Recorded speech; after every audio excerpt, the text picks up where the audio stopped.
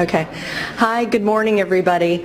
My name is Christina Mangurian. I'm Vice Chair for Diversity in the Department of Psychiatry, and I welcome you to the Grand Rounds in our department. This is part of our Distinguished Visiting Scholar Lecture Series, and I'm absolutely honored to get to invite Dr. Hannah Valantine today. For those of you who don't know her, Hannah is the first NIH Chief Officer for Scientific Workforce Diversity.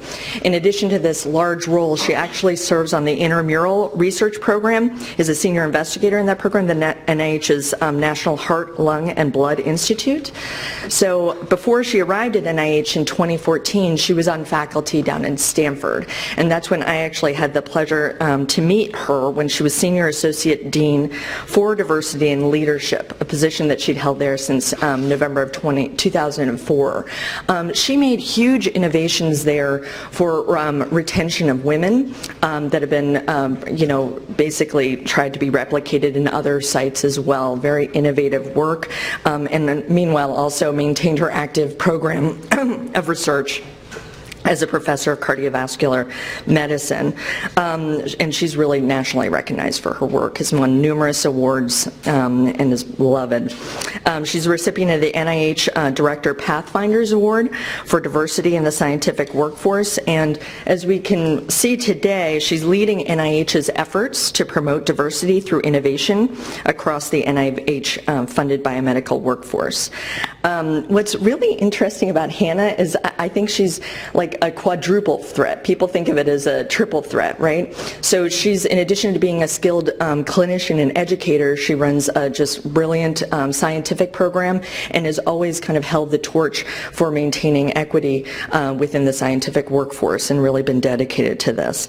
She's a person that I and many others in the room really look up to and admire, and I'm just so honored that she's here today. So please join me in welcoming Dr. Hannah Valantine.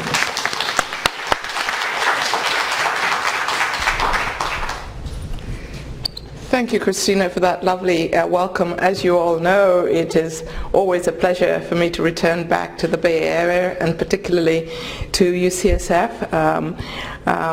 But I'm wondering what happened to the weather.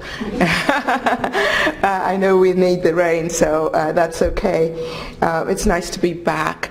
What I intend to do in the next 40 minutes or so is to first give you an idea of my journey, something that you may not have heard from that lovely introduction.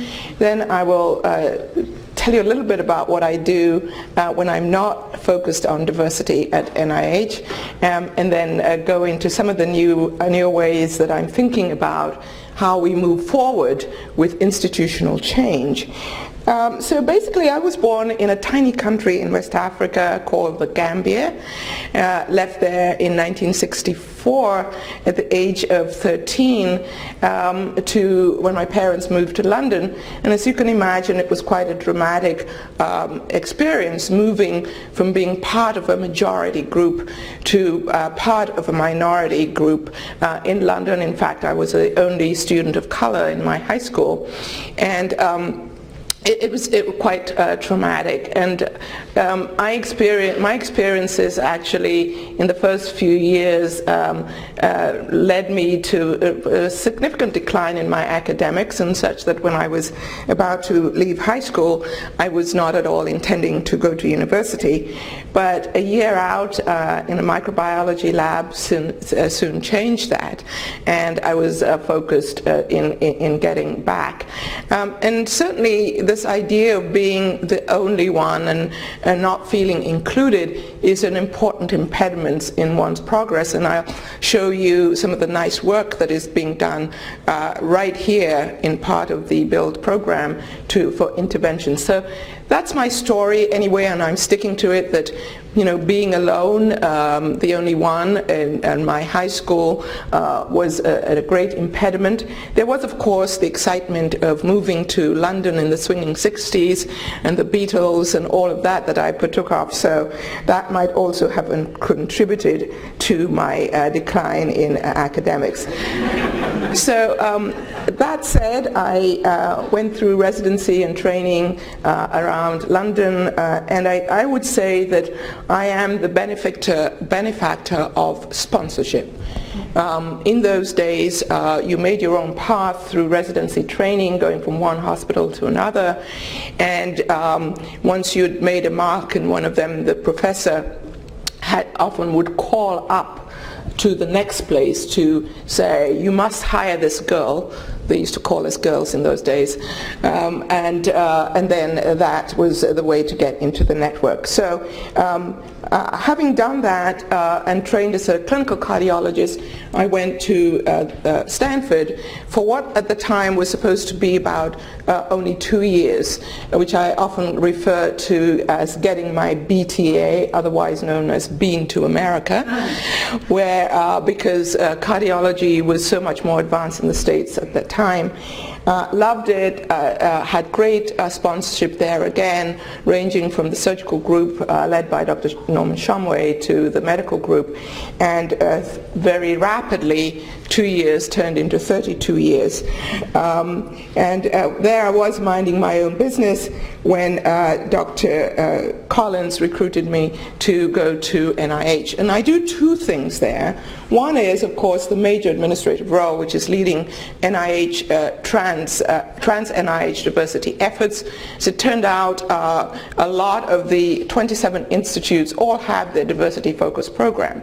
But nothing was being done in a coordinated fashion, and more importantly, nothing had been done in a way that it could be evaluated. So a big role that I stepped into was to figure out how we can bring people together and particularly have evaluation as the core and implement this work in a scientific way. I'm also a senior investigator in the NHLBI, where my laboratory uses genomic tools to study cardiac rejection. And here is the technology that I transferred with me from Stanford, which I did in collaboration with bioengineer Steve Craig, where we reasoned that essentially a transplanted organ is a genome transplant, and that when the organ begins to get damaged, little fragments of DNA might come out into the recipient circulation, and bingo, you'd have a measure of damage or a rejection. And we wrote a number of papers on it, and here's it schematically. Turns out that we all have lots of fragments of cell-free DNA due to turnover of cells, but as depicted in green here, when it's transplanted, you can begin to pick up the donor DNA. And I'm particularly excited about doing this in the DC area because of the diversity of the patient population. So I set up a consortium of the local heart and lung transplant centers, of which there are 5, and they recruit the patients, collect the biospecimens, send them to my lab where we do the research. And we call ourselves GRAFT. As a cardiologist, I couldn't resist. We love acronyms. Genomic Research Alliance for Transplantation. And the diversity will allow us to address a number of issues listed in the slide, and I won't be going through all of that, but particularly the genetic basis of the disparities in outcomes after organ transplantation. Any organ transplant that one does, be it heart, be it liver, be it kidney, if you look at the outcomes for non-Caucasians, they are inferior. And for the longest time it had been thought to be due to medication compliance. That has been debunked. Then it was thought to be due to differences in the metabolism of the immunosuppressive drugs. That is only partially explained. And now I'm working on looking at genetic differences and genetic distance between donor and recipients. And here is the kind of the population that I'm showing, that I'm studying, over 30% being African American. So I think we're beginning to be able to do this work, and I'm expecting to make great inroads in that direction. So let's turn our thoughts now to diversity. What I'd like to do is to reiterate, and many of you are in this audience because you already know why diversity matters, but I would urge you that if you're ever giving talks on this, always start with why and remind people why we are doing this, particularly in the context of research and science. Then I'll talk about the 4 areas that Francis Collins and I defined as a path forward or keys to diversity. And I'll do a pivot midway to talk about how we can do this in the context of institution level change. Because in the 13 years or so that I've been doing this work, I'm now utterly convinced that continuing on the path that is focused on the individual will not get us where we want to go. We have to move a little bit away from the idea of fixing the women or fixing the minority to fixing the institutions. So here it is. We firmly believe, and I'm sure many of you believe, that diversity amongst the scientists in and of themselves is essential for creativity and innovation, and that shows up in the form of broadening the kinds of questions being asked in the context of research, broadening the scope of the research, and 2 major examples here are the issue of sex and gender in research, and how, as the fields have gotten more women, there's been more attention to that. Also, we think that with a broader and more diverse scientific population, we'll be better equipped to address the questions of health disparities. And there's a sheer reality in this country, and that is the changing demographic. People like myself, given a talk like this about 15 years ago, would make the comment that by 2050, the minority groups will be the majority. Well, it's already happened in certain states, including California, and in certain age groups. So if we, NIH, espouse to recruiting the most talented into biomedical research, we must, and I emphasize, must be pulling from our entire intellectual capital, otherwise that would not be true. And when all is said and done, the quality of our research has an important economic consequences to this nation. So people often ask me, what do you mean by diversity, Dr. Valantine? Who's included and who is excluded? And for a start, I hate the idea of excluding anybody, but if you look at a lot of NIH announcements for diversity-focused programs, it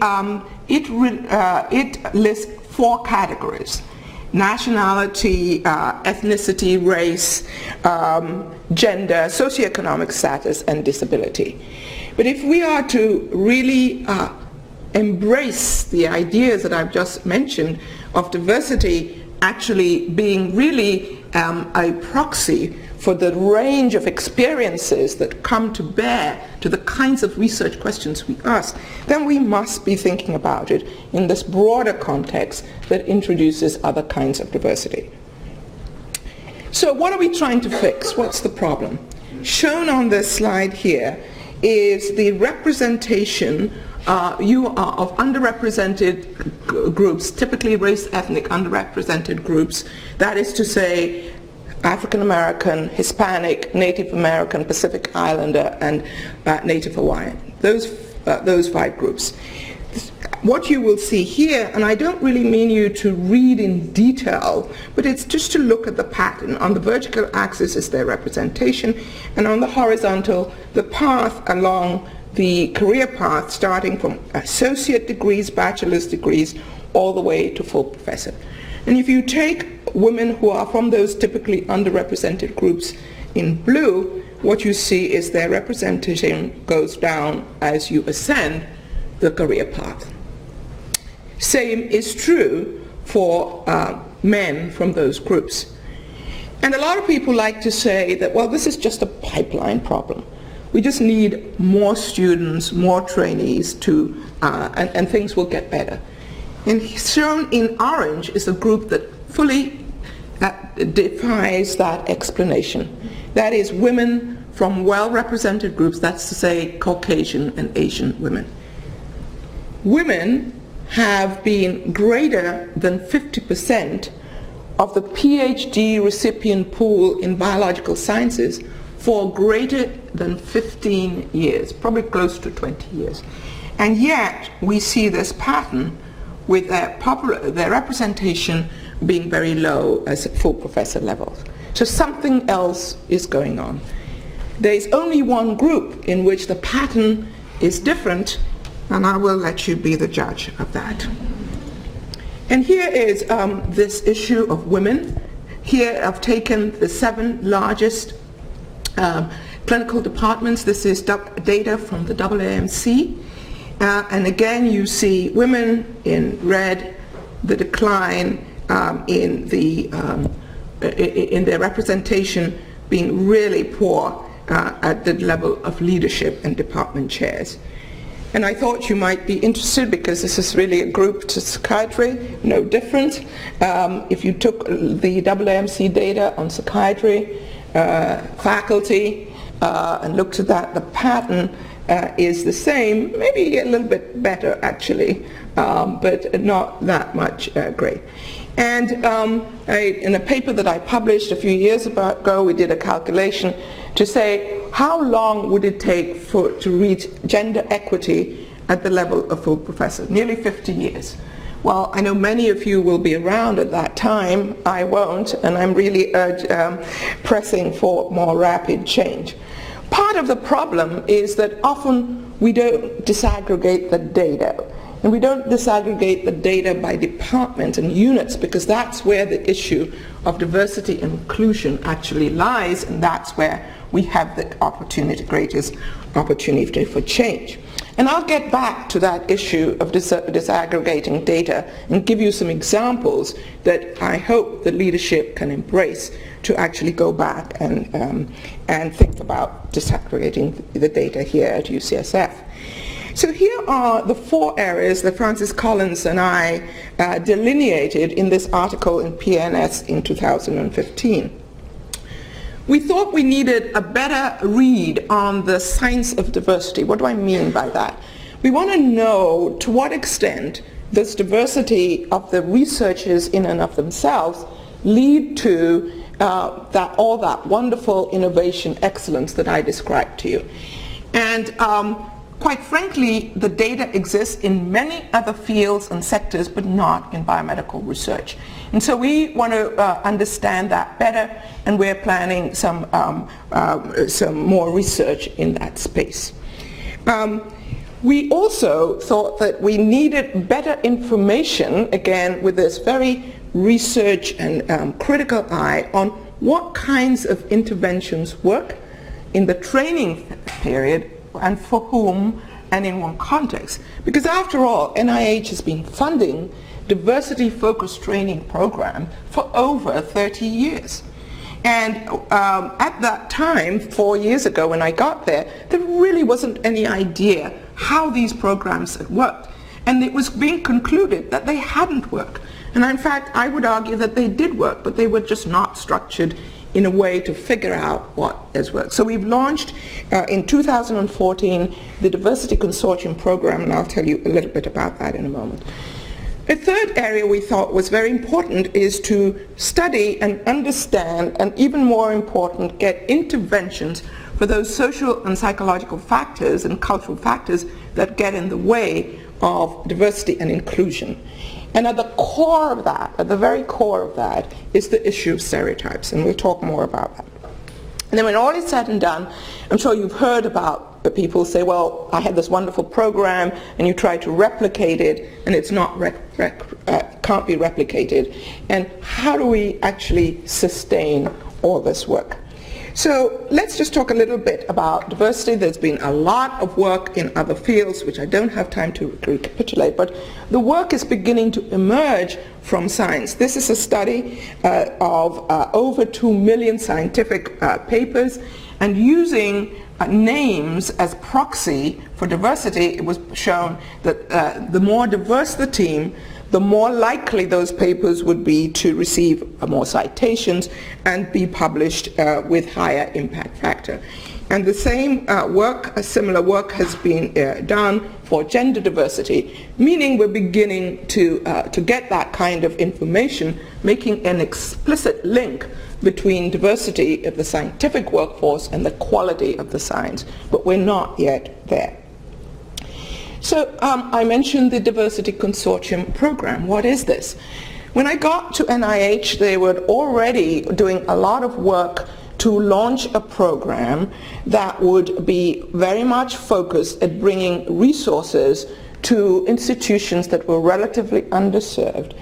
But not only to just bring resources, but to have them test certain interventions for diversity based on specific theories. And to structure it rather like a clinical trial, so that each funded institution has a hypothesis, they have an intervention group, and they have a control group, and then they will be able to figure out whether or not the intervention made a difference. The second component, that is called the build, and I'll tell you a little bit about that. The second and important component is the National Mentoring Network, otherwise known as NRMN. And this was developed based on the idea that very often students, trainees, and even junior faculty do not have the opportunity of the kinds of mentoring, and even more importantly, access to those kinds of networks that we know that are essential for success. And so could we in fact link up people online to get them mentored and networked? Could we in fact, should we be training mentors to be better mentors? And get away from this idea that just because you are an excellent scientist, that means you'll be an excellent mentor. So that's the National Mentoring Network. And the CEC, which is the Center for Evaluation and Coordination, collects all of this data rather like it would be in a clinical trial, and then does the analysis and the comparisons between control and intervention, and between build-funded institutions and non-build institutions. So here are the lists of the build institutions that were funded. And by the way, there was a very rigorous criteria for being the primary site for this, because it was decided that an institution had to not have received greater than $7.5 million in research funding from NIH per year, and had to have greater than 25% of its students being Pell Grant eligible. And this was strategically done with an idea to bring those resources to the underserved institutions, number one. And we figured out that we would actually catch the race, ethnic, gender diversity that we wanted by structuring this way, cognizant of the fact that it is illegal to actually structure any programs based on race, gender, and so forth. So here are some of the wonderful theories that are being tested. Stereotype threat is being done right here, and done extremely well. This is the fear of succumbing to a negative stereotype associated with your own identity. And because of that fear, because of that anxiety, your performance actually goes down. First described by Claude Steele many years ago, and many others, for example. So the National Mentoring Network was housed at Boston University, and the CEC at the UCLA. And here are the activities that the NRMN has done. They've had lots of mentors sign up, lots of mentees sign up. There was a glitch in matching mentors with mentees, but that has been fixed now. And this is just to show you the diversity of the participants within the build full funded program.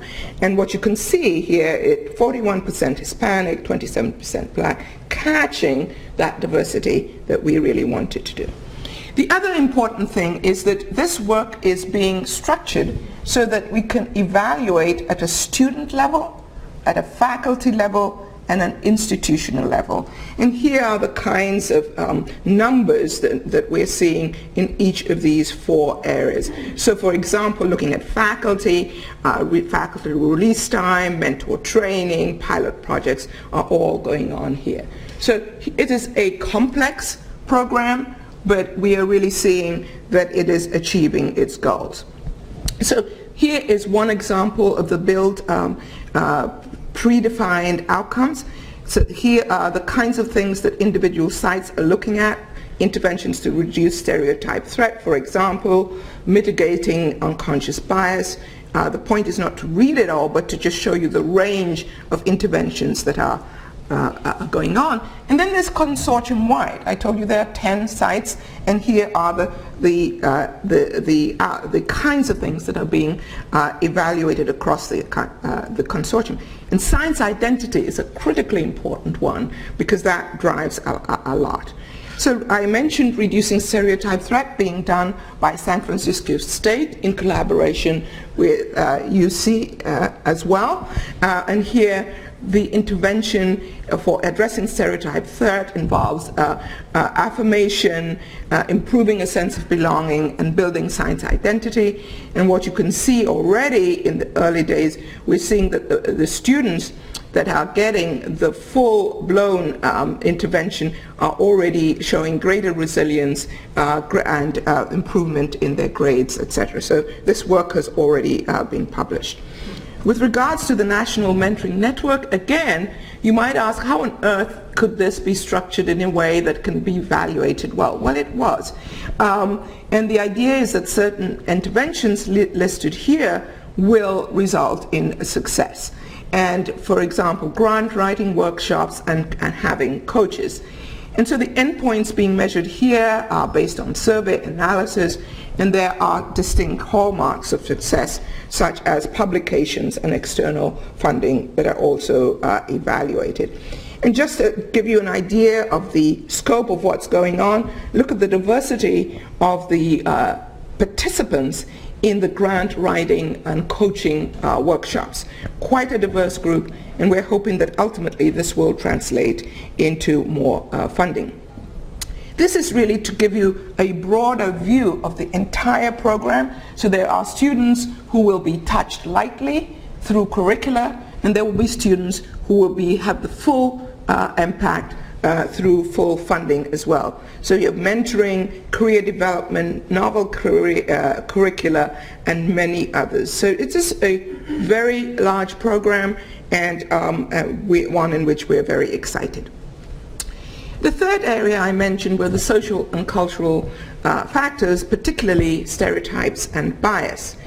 And we know that the issue of who is a scientist, that stereotype that in fact men are more likely to be scientists, begins early. There was a study that was done in the mid-90s, and I've retired the slides for my presentation, where psychologists went to grade school and they asked the students to draw a scientist. And of course, over 50% drew the typical Einstein figure. But when they went to higher grades, that percentage was even greater, suggesting that there is something in our environment that actually sustains and perpetuates those stereotypes. But here's a study that was done much more recently, where these investigators took actual pictures of faculty from the website, and they got students to grade them on the basis of masculinity and femininity. And sometimes they were women, and sometimes they were men. And then they got another set of students to look at one photograph and say whether they thought this person was likely to be a scientist or a teacher. And you can imagine the results. Here we're showing when the faces were women, the more feminine, the less likely to be a scientist, and the more likely to be a teacher. In contrast, no such relationship with men. 2016 study. And we know that that has tremendous impact from the resume studies on who is hired. A study in 2015 where resumes were sent to over 200 professors to decide whether they would hire a person, and the only difference in the resume was the name. And both men and women scientists chose the resume with the man's name. They were more likely to mentor that person. They graded that person higher. And here's what really gets to me. They offered more salary to the male resume person. So it exists, like it or not, and our work is cut out to do something about it. And you might argue that, well, implicit bias is part of the normal functioning of the brain, and maybe there is nothing to be done. Maybe we can't do anything. But I've contributed a little bit to this literature in that at Stanford, I did a mini study where I was testing whether a short intervention in the form of a talk that raised awareness about implicit bias and gave tools made any difference in the measured implicit bias along the dimension of women and leadership. You all know the stereotype that men make better leaders than women. And so what I did was I did this, and I biased the experiment, I must admit, in that I felt that I could not be the one delivering the presentation, but rather it would be better if it came from the department chair. And so we got the department chairs, told them about the presentation, engaged in their modifications, and let them go to give these presentations. The other thing is I did, in order to get pre-post measurements, is that at the end of the presentation, I insisted that they do a follow-up implicit bias test. And what you see here is the results that we published in Academic Medicine, where there was a difference pre and post in the measured implicit bias in this. There's a great difference also between men and women, which actually would not have been predicted. Our social behavioral scientists tell us that this implicit bias are equally held by men and women, but maybe it was something unique and pernicious about Stanford, I don't know.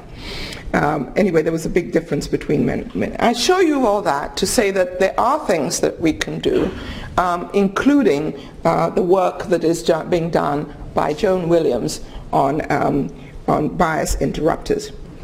So until now, I've been talking about what we can do on what we're doing in the intramural, and I'll go through that. We can have special recruitment tools to identify candidates for positions, and I'll talk a little bit about that. We can do central approaches to equity and making sure that there is accountability, and I'll talk about that.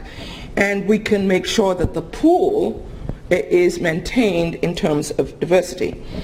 On the extramural side, we've talked about the Diversity Consortium, which is really focused at building the pipeline. There are also diversity supplements, which are awards. If you have an R01 grant, you can get somebody from an underrepresented group on that to begin to build their portfolio. And very importantly, one of the major gateways to faculty and maintaining your position in the faculty is achieving independence grant funding. And we are working on that to eliminate the disparities in the funding. There is a whole workshop going on right now, advisory group on next generation scientists, and work on bias and peer review. And then ultimately we are talking about sustainability. But sustainability, I really believe, requires this institutional accountability, and that we really must begin to move towards institutional level interventions. And I think there are these three pillars that are required to change the institutional culture specifically and to promote diversity and inclusion.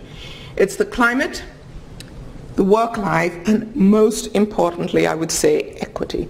When people feel that the institution is equitable, it actually there is a move towards eliminating that feeling of not belonging and not being respected. So promoting transparency and accountability is going to be important. How do we do that? And a lot of this work actually comes from the NSF Advanced program, systematic review and transparency of hiring and promotion practices, collecting the data, publicizing the data, and acting upon it and disaggregating it, and using these tools that departments and divisions can do for retention and recruitment, and then evaluating impact, and most importantly, linking these data to the institutional values and reward systems. So just let's take a look at a few of these elements in each of these three circles. So disaggregating data, and here's what you might see. You might see that the proportion of URM who are PhD recipients, you might think, there are not that many. You've heard the term, and I often hear it, oh, Dr. Valantine, I'm really committed to diversity, but there's such a small pool, and we're all fighting over the same few candidates. Well, this is to show you that actually PhD recipients in biomedically relevant fields have increased dramatically over the last several years. On the solid blue line is the PhD recipients, and on the dotted line is their hiring as assistant professor. No relationship. It's like the two systems are entirely disconnected. This is in marked contrast to well-represented groups, that is Caucasian and Asian, where there is some semblance of a link in the hiring between the PhD recipient pool and assistant professor. Here are some of the actual numbers. In 2006 to 2015, there's been an increase in the number of PhD recipients who are from those classically underrepresented groups. And the 2016 data actually show over 2,000. Of course, we can be doing more, but it is a pool to be tapped into. It actually represents 12% of the entire PhD pool. Can you imagine if that 12% was actually the 12%, or also 12% in hiring? We would really be making a headway. And how many more people from underrepresented groups do you think you would need to eliminate that gap and make it 12%? I won't let you belabel that, but it's only 100. It's 100 over a 4-year period would completely eliminate that gap. Imagine the top 100 institutions that receive NIH funded. We can do this on the turn of a dime. So we have also recognized that a major problem is that we lose people in these transition gaps, and those of you who do this work recognize that. But actually, the gap, the position at which we lose the greatest numbers is the transition from postdoc to independent careers. And I think that's an area, I know that's an area that NIH has not focused on. If you look at our investment in our portfolio, a lot is undergrad, grad, but then it goes to virtually nothing. And this is going to be a major focus in the coming years. And this does not mean stopping the work in the pipeline. This is not a zero-sum game. It is just a way to actually make a better use of the success that has already been created in enhancing the diversity in the pipeline. I often say it's like a major proximal stenosis that occurs in that transition point that we need to open up with a stent, and perhaps a drug-eluting stent to keep it open, and for us to be really getting where we need to go.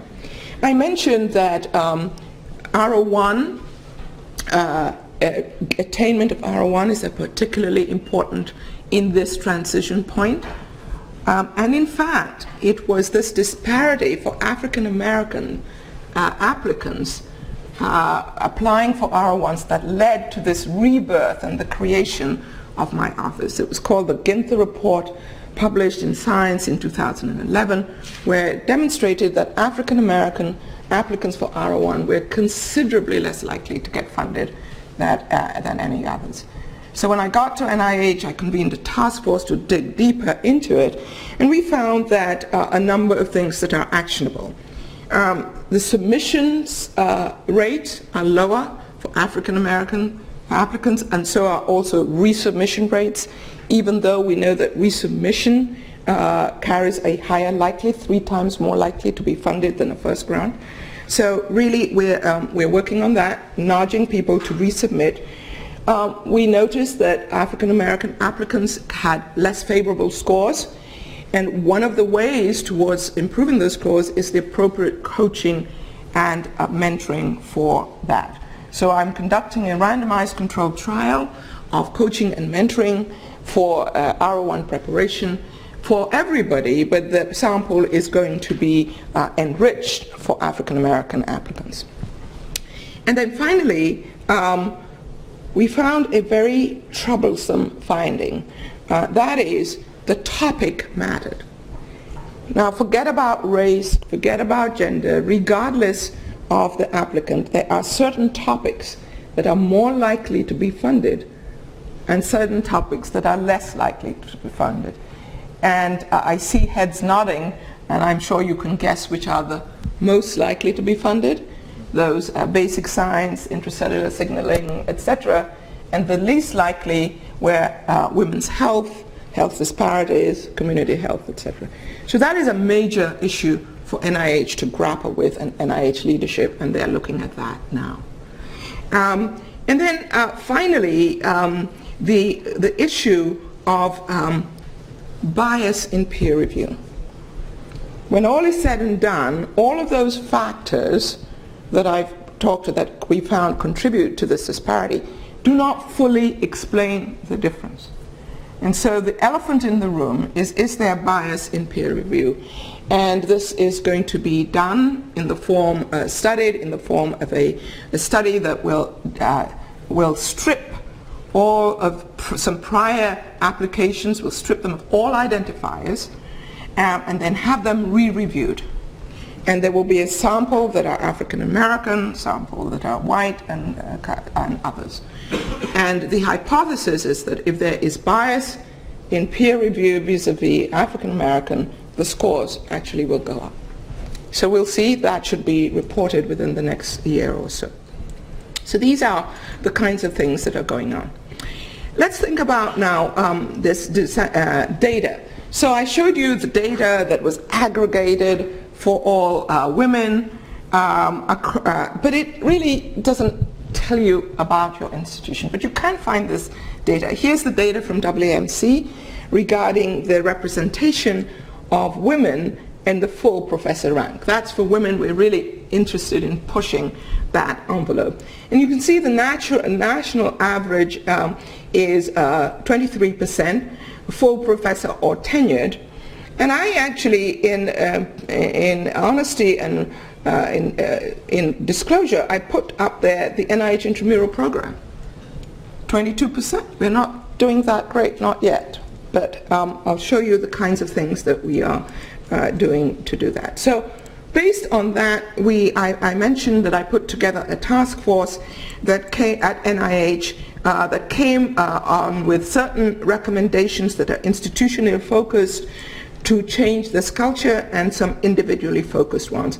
And at the core of the institutional focus is the measurement of equity metrics on an annual basis by each department. We call the chairs of the department scientific directors, but each scientific director will present to a central equity committee these diversity metrics, and will look for gender inequity in each of them.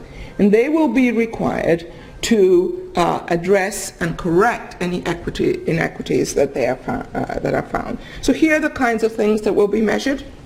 Demographic data, of course, salary, resources for hiring. We have the Board of Scientific Reviews, which is that central committee that reviews whether when people are to be promoted. You have that.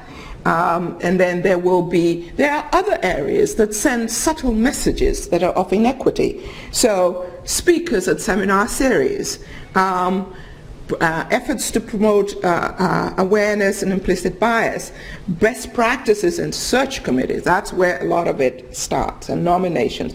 So these are the kinds of metrics that this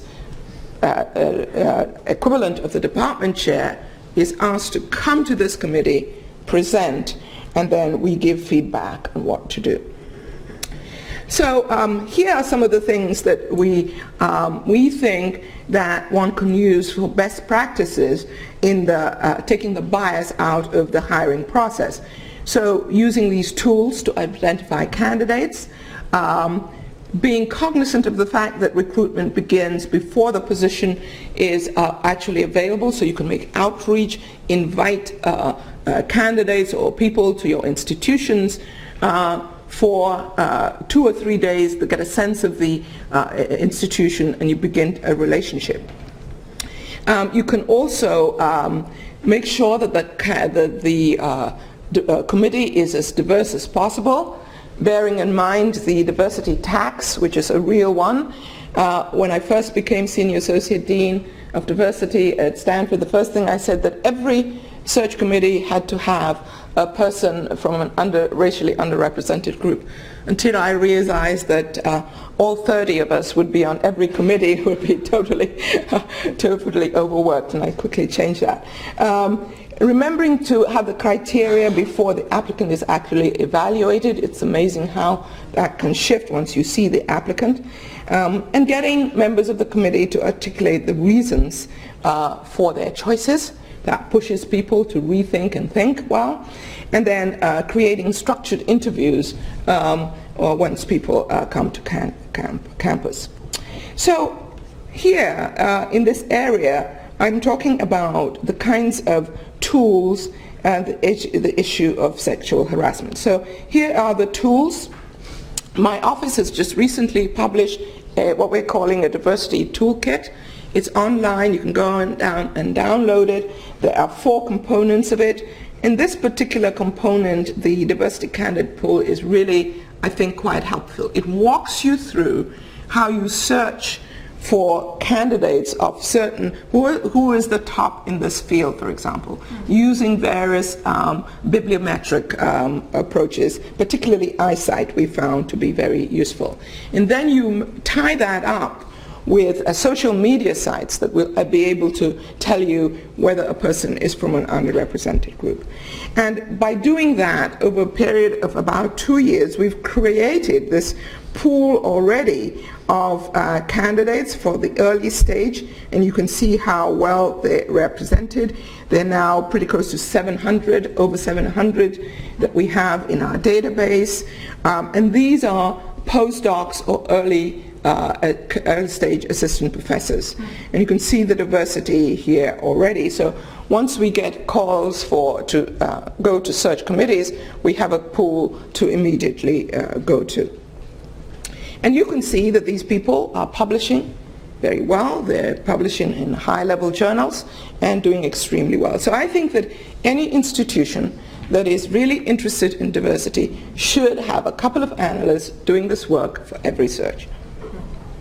And I think the tool is even more effective for later stage positions, because then you can really, the bibliometrics are well developed. You can see, you can ask it to give you the top 100 people in the field. You can figure out who the women are, and then you get more information.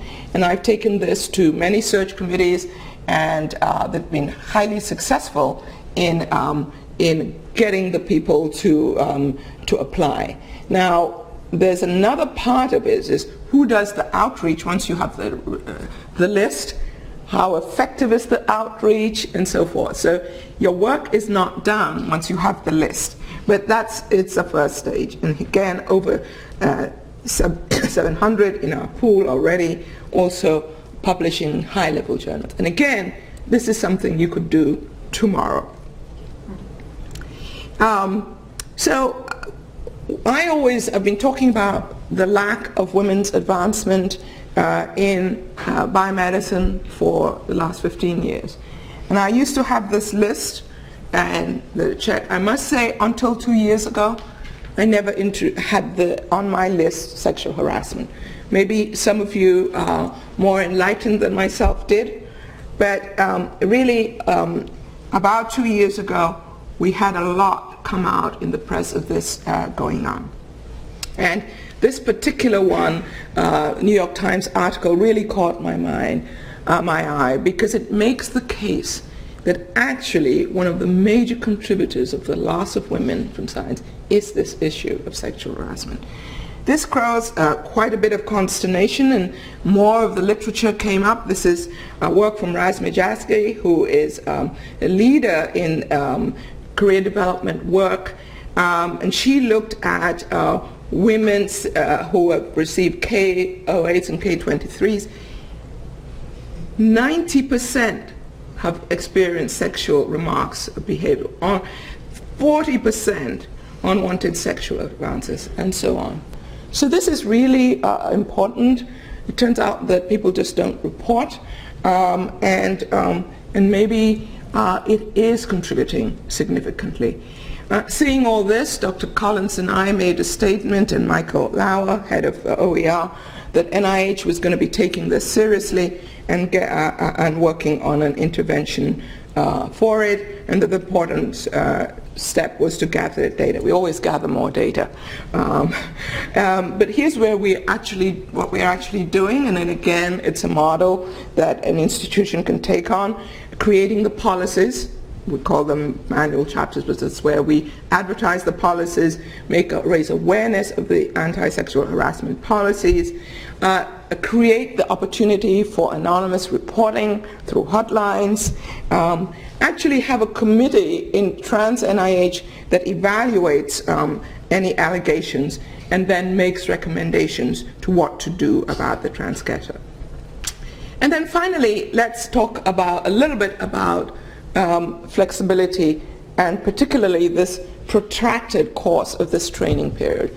This is really not sustainable, and what you're seeing here is the average age at which people are getting their first R01 grant. So regardless of whether you are an MD, PhD, or PhD only, the average age is above 40.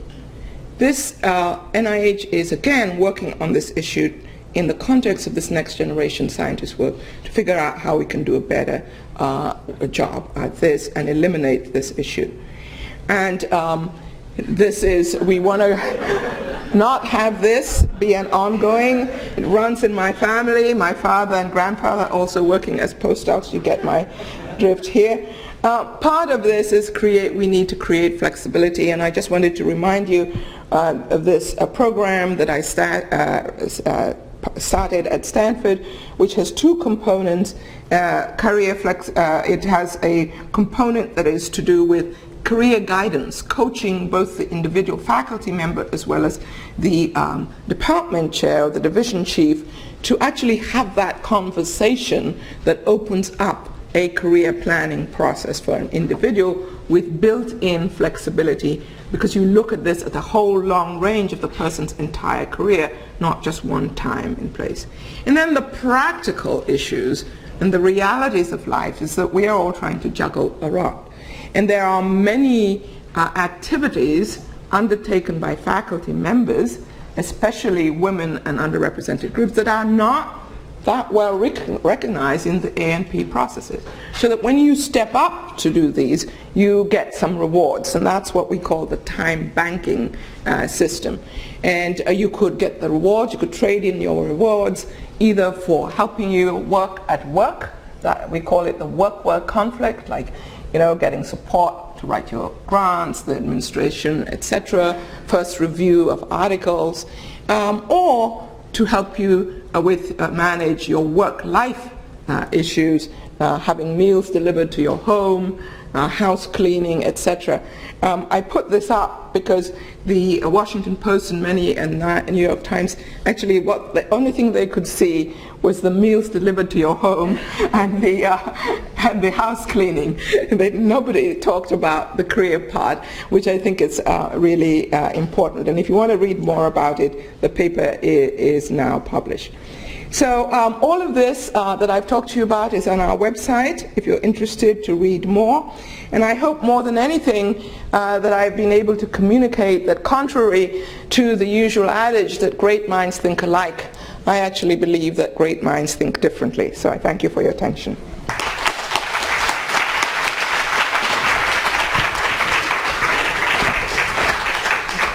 Thank you so much, Dr. Valantine. We have plenty of time till 9:30 for questions. Are there any questions?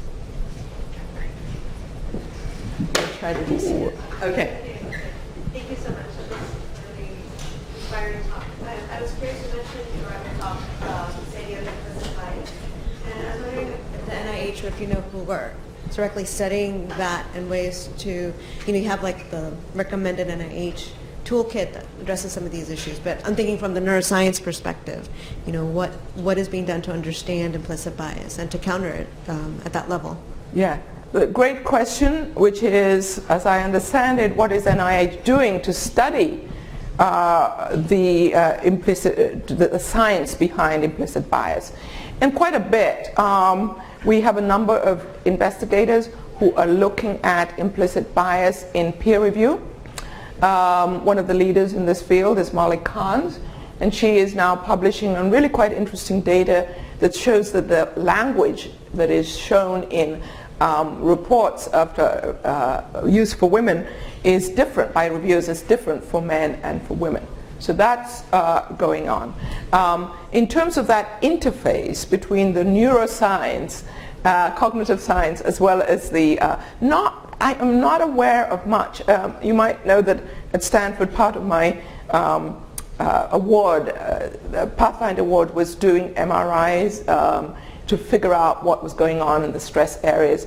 There is a program called Interventions for Diversity that is housed at NIGMS. It's an R1 program which accepts nominations, but it isn't seeing, when I last look at it, much in this space. But I would encourage people to look at that program who are interested in this interface.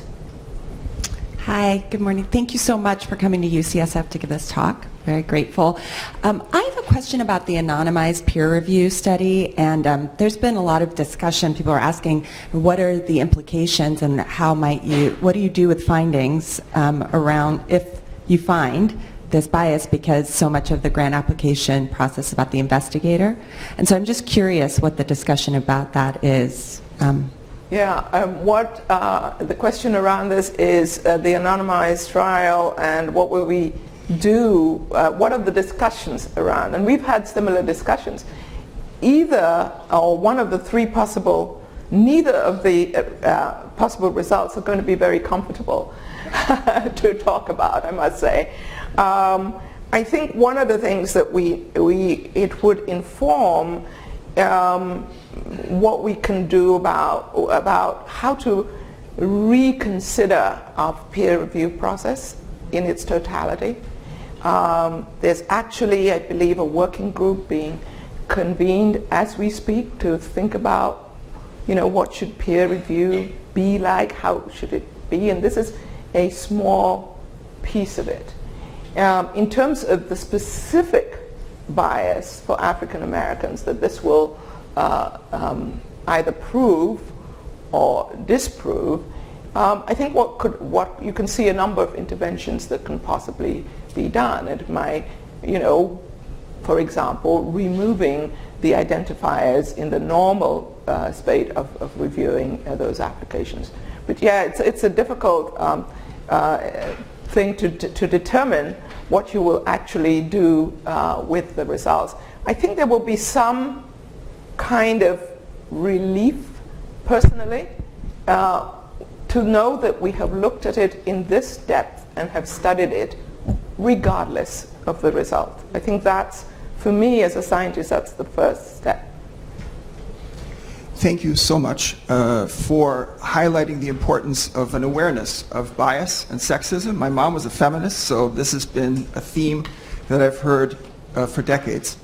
And men and women are very similar, but not the same. My sister was the only valedictorian in our family. She went on to become a triple-boarded internist, and then she married a very wealthy man and had 4 kids. She never provided a single day of clinical service. So of course, I think about, would the other applicants have provided needed clinical care? And the reality is, as a physician, you can be a stay-at-home mom, and that is totally socially accepted. As a physician, being a stay-at-home dad, much less so.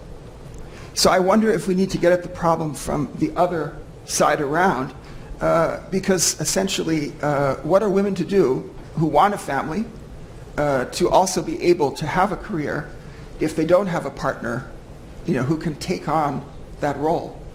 What do you think? So thank you for your comments. You made a lot of comments in that one question, but here's what I heard, which is very important to me, is this, this challenge between making the decision to focus most of one's efforts at home and caring for your family, which is very important, versus being engaged at the career for which you've been trained, and that kind of difficulty of decision and how we should do that. That was the whole point of my talk.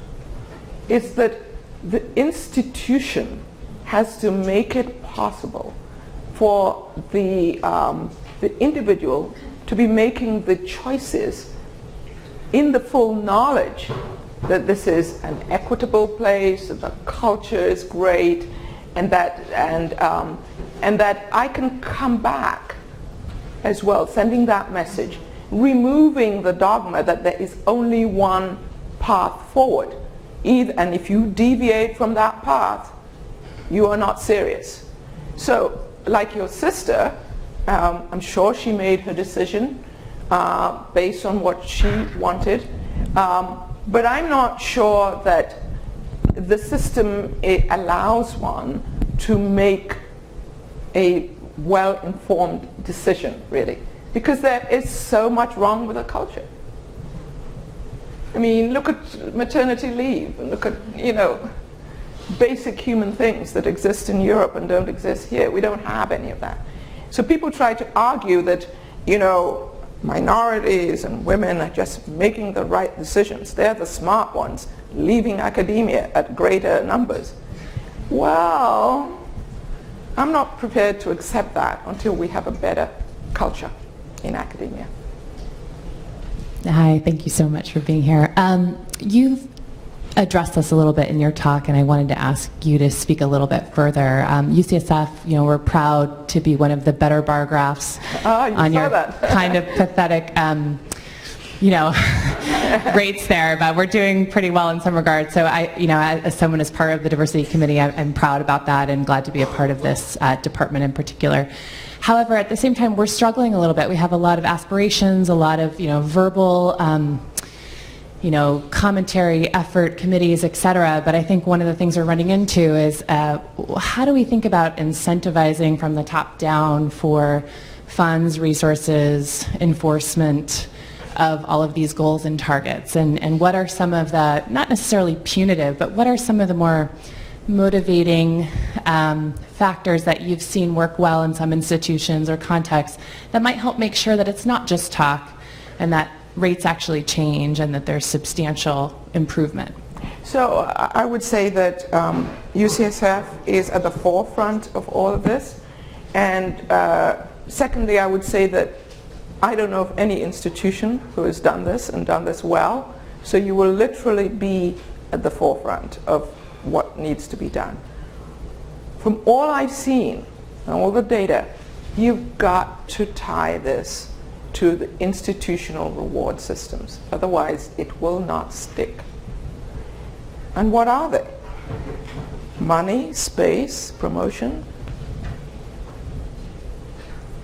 And the the reward systems, the accountability goes beyond and into NIH. What can NIH be doing? And a lot of people question me quite poignantly, why don't you, first review diversity metrics in those institutions and, tell them they're not getting any grants unless they, and you can imagine how that will play out. But there are some subtle ways of doing this that we are looking at within the. So accountability is really important. So back to your specific question, if you had an central equity committee that was run, where you had membership from chairs, and each department brought their metrics on an annual basis, and there was some reward for that. Not an award, not to be confused with an award. I mean, there are too many awards, but a reward. I think that would begin to help, and it's pretty obvious what they are. Hi, Hannah. Thank you for a wonderful presentation. So my question has to do, or actually I would like you to comment on the idea of how diversity can matter in a different way. Okay, and so it's based on what you showed around the sexual harassment, which basically invalidates women in their professional roles. And as you know, microaggressions at their basic level renders individuals invalid and invisible.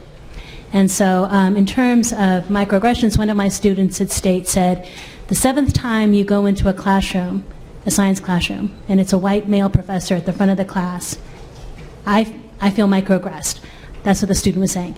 I feel invisible and invalid. And we had a speaker from one of our students come back after she got her master's, went to UCSF, MIT, and gave a talk. The students clapped for her. And I was like, why are they clapping? They normally don't clap just at the introduction part, but it's because they saw themselves, and so that's the microaffirmation. So one of the things that I wanted to comment then is that diversity in science classrooms meets the psychosocial needs of the students. Otherwise, it's a microaffirmation as opposed to a microaggression. And I don't know how to get that across to people because, I know that in my classes, underrepresented minorities do better than the non-minorities, because we did a study and it surprised the heck out of me. And I had to think, well, gosh, am I doing implicit bias? But anyway, which I look back at my grades. Anyway, long story short, I think that once people see themselves, and it eliminates psychosocial stress, in my opinion. Or do you disagree? So that's a very elegant way of bringing it all together is what I was really talking about. And I know you lead this space, and please continue to do what you're doing. But if we don't unblock that coronary stenosis and create more faculty from underrepresented groups, if we don't unblock that stenosis of women into leadership, that in and of itself matters. And I'm really convinced that the numbers in and of themselves matter. If you had spoken to me, if I had been commenting on this 10 years ago, I might kind of waffle about, the culture is important. But what I've learned from the social behavioral sciences is that, to your point about the neurology and the neuroscience, the numbers are directly effective and send these messages of microaggression and anxiety and so forth. So that is why we have to enhance faculty diversity. And that is why I'm really focused on that, both for the intramural program and for extramural. Hannah, I have a question, and kind of along the same lines, and then I'm going to go down to Kaya. One of the goals in our department is to recruit and retain women actually at senior roles and in leadership roles. And I was really curious about your toolkit and interested in it. Where do you get the can you tell me a little bit more about where you get them and if they span all levels? Because I guess what I'd love to see in there is that there's capacity to look in this thing for chair candidates, for example. And so I'd love to know more about it. Maybe if you could give a little bit more detail on it, and if it's specified about degrees like MD or PhD. Right. So when you go into the toolkit, you won't find the list because it is illegal for NIH to provide information. And I'm this kind of info, and I'm working with our specialists. You can't imagine the red tape. It just really drives you crazy to be able to share that list. What you will find is the how-to. And it begins with a search in eyesight, where you put in the field and you can narrow it as much as you want to identify leaders in psychiatry, for example. And I'm sure there'll be searches within subsets of and that gives you the top 100 or so candidates or whatever you specify in that field. The names. The names. Okay. The names, exactly. And then you begin the work of culling those names and looking for men and women, which is not that difficult. We've all done literature search. It isn't, but it does take a focus. And what I did, the first sort of hires in my office going there, third and fourth, were 2 analysts. These are people who just have their bachelor's degrees. And I go to a search committee, I get the position description, I turn it, I highlight some of the requirements, and off they go to do the search. I see. In a few days, they send me the list. And this has people, and where does the list start? Like you get in because you have NIH funding, or how does it? No, the core of it is a bibliometric search, right? Okay. Who's publishing and in what journals. Then you have the NIH publicly available data on who's funded. You can go to that. Okay, so that's where it calls. Yeah, you can go to that. You have to go to that separately. A version 2.0 of this that I look forward to developing is where those integrated pieces of those pieces of the search are integrated into one search tool that you can search by discipline level and whatever. So this list of 700 senior people that I have just came about by search committees asking me to attend, me talking with our analysts and creating a list. And there was one notorious one for the leadership position in genomics. And I found a woman from an underrepresented group who actually won the search. She would not emerge as number 1. She didn't come, unfortunately. But you know what it does? It educates the search committees, which are often not diverse, that the pool of outstanding people actually exists. And that's powerful. Thank you again, really inspiring talk. I was wondering if at the NIH level you've thought at all about kind of the different kinds of science that women tend to be drawn to versus men. So I don't know if this is true for URM as well, but team science, more collaborative science, and certainly folks getting involved in that, especially at a junior level, struggle in their universities and departments to describe why that's important or why that's useful. And I'm wondering at the NIH level how you're seeing that kind of be part of this, or what kind of discussions there have been, if any, on that topic. Yeah, this is a really important issue about topic choice. And certainly what we found for African American applicants for R01, they are more likely to be submitting applications for health disparities, women's health, etc., which, as I mentioned, in the whole scheme of things, are the topics less likely to be funded. We haven't done the analysis for women to see if women are getting different topic areas. That would be important to do. But I would just emphasize that when we look at R01 funding, there isn't a significant difference between men and women. The rate of applications submission is much lower for women, but the rate of funding isn't different. When we go to renewals, again, the difference is not significant, but there's a trend there that I'm worried about for the renewals, the type 2s. So yeah, it would be very important to do this issue. I will be hearing more about topic choice. We've submitted the article on topic choice. It's really important. And the answer is not, don't submit on this particular topic. The answer is you, NIH, fix this. Other questions? I'll ask one briefly and then walk over. You mentioned Joan Williams, and I'm not sure if everybody here knows about her, and maybe you could speak a little bit about bias interrupters and some of that work. Joan Williams, I think she's a lawyer. She's at UC Hastings. Yeah, She runs the work-life law there. Yeah, work-life law, fantastic leader in this field. She's written quite a bit on bias interrupters, and she actually, overall, her first article was in Harvard Business Review, which has this emphasis of institutional change, measurement, linking things to the reward system. And then subsequently, she gives practical advice as to you, as an individual sitting there, what you can do and what you can say when you hear these comments being made. And to say it nicely as well. So for example, if you're in a situation where you see a woman has made a point and then it's ignored by the chair, and then 20 minutes later the man makes the same point, what to say on that. Very important.